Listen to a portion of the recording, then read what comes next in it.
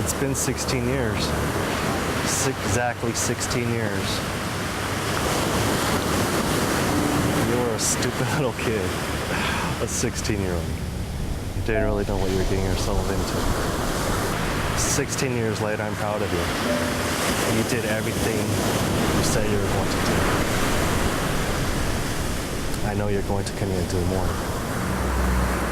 I know you're not going to let those 13 and a half years of incarceration be for nothing. Every lesson you've ever learned, every person who has ever taught you anything meaningful, anything life-changing, those are lessons you must retain and remember for the rest of your life. And you must pay it forward. It is your obligation. It is your responsibility.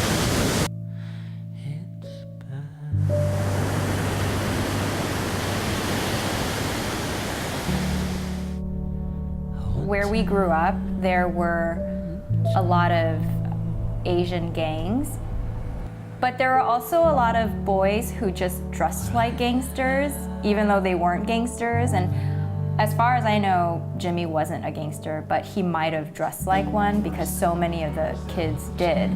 But other than that, he was just a normal kid. He was really nice, really sweet. Here's another. How did you get all these? That's amazing. Mom. Look at my mom's hair. I know, right? Here's another I didn't really know exactly what group of friends he was around because all that I knew was the Jimmy that, you know, that I hung out with and the one that used to play jokes on me. It was a shock because I guess I thought that I knew the crowd, but it was unfortunate because it was, sometimes when you're young, I mean, you get into the wrong crowd and people influence you into certain things. Before you know it, there's repercussions to it. How old were they in that picture, your parents? They barely got married, like 25. Really? And I'm almost 37. And I'm almost 33.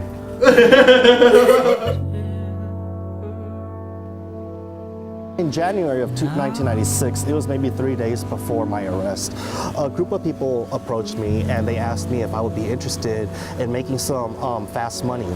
And all I had to do was present them with a car. I had to go and steal a car that they really wanted. It was a Lexus LS400, which was quite popular back then. So I was promised that if I was to commit this crime, I would receive like between $10,000 to $20,000. So being 16 years old, I was very intrigued by the possibility.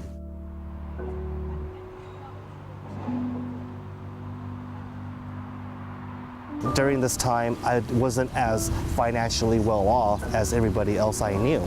And I was going to Arcadia High School at that time, and Arcadia is, a pretty middle, upper class area. So all these kids my age, they had cars, they had nice cars, BMWs, Mercedes, Benzes and things like that. And here I was, a person that was still dependent on other people for transportation, sometimes taking the bus and things like that. And I wanted to be like these other kids. I wanted to be the guy that had a car, that had the prettiest girlfriends, things like that, So I told these people that, I was interested.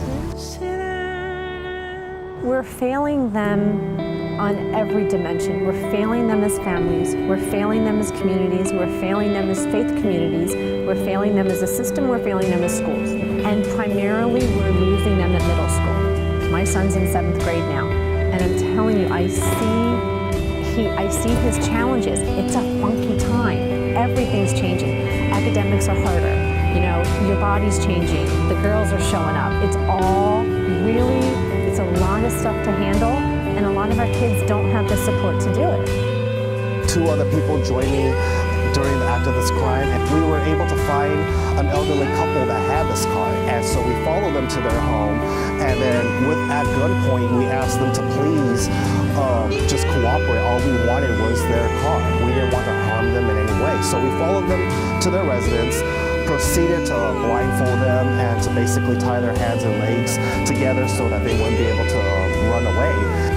We thought we were doing something smart by taking these victims of our crime with us. We thought that because cars had low jack, it would possibly be better for us to take our victims with us until we dropped off the car to where it needed to go, and then we would drop them off at a different location because we didn't want victims to call their LoJack number and to have us basically caught in transit to wherever we were supposed to drop this car off. When Jimmy was here, I think the youngest was like 14, and that was really rare. We didn't have a lot of 14-year-olds. But over the years, the age has gotten younger and younger. We had a 10-year-old girl. She just went to another juvenile hall. She's in 4th grade, 10 years old. He's the youngest. Because we were so young and stupid. We thought kidnapping was like what we see in movies and on TV, where you take somebody, you hold them hostage, and you call their family for money. We thought that's what kidnapping was. We didn't think that just because we were moving one person from one place to another without their full consent, that was kidnapping. But now, as a grown man and going through our California prison system and learning some of the laws, I know that kidnapping is actually moving from one person from point A to point B for only X number of feet. Maybe it's like only 5-10 feet, and that's kidnapping, and that could result in a life sentence. I didn't know that as a 16-year-old. So we did take the victims of our crime with us, and we did drop off the car to where it needed to go. And as we were in the process of dropping off our victims in an alley, that is when a patrol vehicle happened to go by for a routine inspection. There was only one way in and one way out, and the patrol vehicle blocked the only entrance and exit. So that's how we ended up getting arrested. And so we were caught while we were actually removing our victims from our vehicle to put them there, and we were going to let them go and just leave. People have done something wrong. There has to be a certain punishment that they get as a consequence for their actions. That doesn't mean that you continually punish them and throw away the key and lock them away for the rest of their lives. And I think that has to be always reviewed on a case-by-case basis. We've seen kids in juvenile hall who have changed their lives dramatically, and not just because they've got a sentence coming up, but because they really believe that what they've done is wrong, and they've seen things, they've grown to a maturity by the time they're 18 or 19, and they continue to grow and see what they've done has been wrong. And they also want to learn something from their own life and pass that on to people who have been in their own position and who are gang members and no longer want to be part of that. After next month, I'll be done finally. Yeah, I was going to say, how long does that go on for? For 3 years, because I'm on high control. But after next month, I will be done. Right, okay. Okay. Most of the time the kids, when they're here, they're already going to court. They want to do their best here. And they usually do. You can see kids who excel. The classes, you only have boys, so the girls aren't a disruption. They want to do well. They want to take something to court that shows they're doing well. I think sometimes when the kids get here, they realize, what am I going to do with my life? I'm almost 18. So then they really start focusing. They always want to know, what classes do I need to graduate? How many credits short am I? What credits do I need?